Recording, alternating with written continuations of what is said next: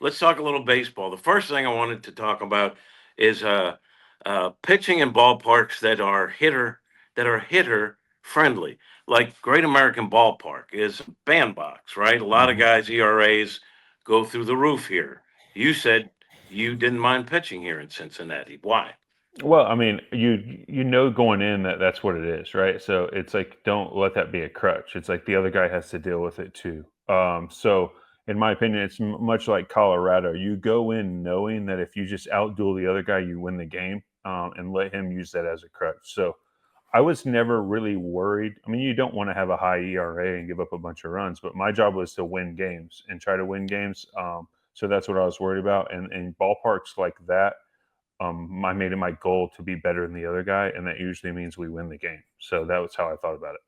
Which are the stadiums that you hated pitching in for one reason or another? You got like Baltimore was a weird until they moved that fence back and left. That was a very hitter friendly ballpark. Then Yankee Stadium in Boston. You know the elements, or you know what the stadium kind of brings with the Green Monster or the short porch and right in New York. So every ballpark has its own little quirks, and you know going into it, there's certain ways you got to pitch certain guys because their swings play to that ballpark.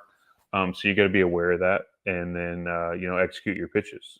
So I always found it fun, kind of knowing, hey, when I'm in this ballpark, I can do this or that. It's like, hey, Wrigley sucks to pitch at during day games in the middle of the summer. The ball will fly out. The basket feels like it's about 290 feet all around you. But when it's April in Wrigley, you can let them hit it as high and far as they want. It will just be caught. So you just got to know those things, and then some days you'll it will work out well for you. So if you have like a day where you're pitching in Boston with the Green Monster, the short porch in the Bronx, does that or how much does that impact how you pitch guys? You mentioned you have to be aware of it, but how much does it impact your repertoire? I think it impacts your repertoire if you don't have your best stuff that day. So when you have your best stuff, you live and die with it. When you know you don't have a certain pitch or certain things, then you start making sure you don't get hurt in certain areas of the ballpark. So I think that was kind of my thought process when I went into places. All right, where's my stuff at today? What's going to play? What's not going to play? And then how I can manage throughout a game, and then also the team telling me what they're trying to do against me.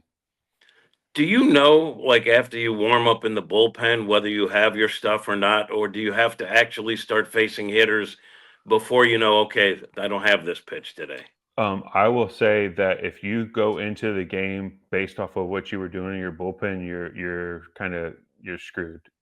You get loose in the bullpen trying to figure out the feel for every pitch, and then once you get in the game and you get in the flow of it, you got to find what's actually working, what's playing, and then it also tells you what they're doing against you too. I think people nowadays, for sure, their game plan is so like, oh, I need to do this and this, and if they don't do that well, they're gonna get hurt.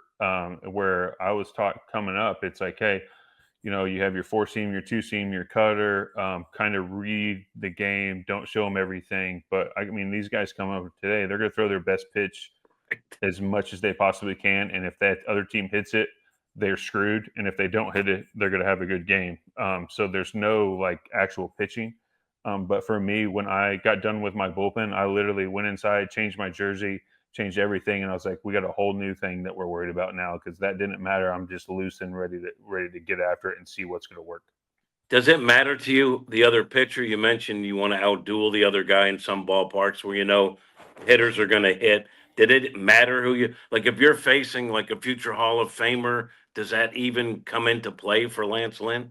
Yeah, it gets you a little bit more amped for games. I always found that those games are more fun to pitch in, which because it's like, hey, don't forget about me. I'm a major leaguer too. So um, when it became like I said, Hall of Famers, yes, and then when a guy's a rookie, I was like, I'm not letting this rook beat me either. So it's like you kind of have that edge, and I say, you don't. I had it against everybody. I didn't want anybody to beat me. So it was always me versus that pitcher.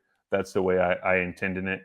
It's me outdoing that guy and giving my team a chance to win. And if I outpitched him, we had a good chance to win. That was my motto.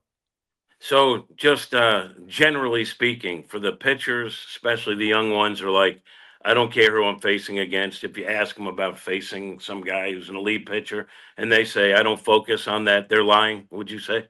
You know who you're facing. Yeah, you it's, does it so I always knew who I was facing, and you knew let's put it this way, if you knew you were facing a Cy Young candidate, you knew, "Hey, I gotta show up today. I really have to show up today," but it doesn't mean any differently you're taking that start compared to the other ones, but, hey, I have to be good today or we're gonna lose. So how am I gonna be even better than I was the last start or this or that. So, yeah, you pay attention to it. It's just like, oh, I don't care what hitter's in the box. If Aaron Judge is in the box compared to someone else, you're going to have a little bit more oomph on every pitch. It's just the way it is because you kind of have to. And when your team doesn't score runs for you, like there's some pitchers that for whatever reason it varies year to year, I would suppose, just don't get much offensive support. Are you pissed off, honestly, if it happens game after game after game? You pitch well and you take an L because you got no support? So I was such a great teammate that they always scored runs for me. I found, and you, it's you joke, right? It's like there's certain guys that teams score runs for, and then there's certain guys that they don't. I don't know what kind of makes that happen. But it's like I think my intensity on the mound and my desire to win made everyone else like say, "Oh, we're here to win today." And so I don't know.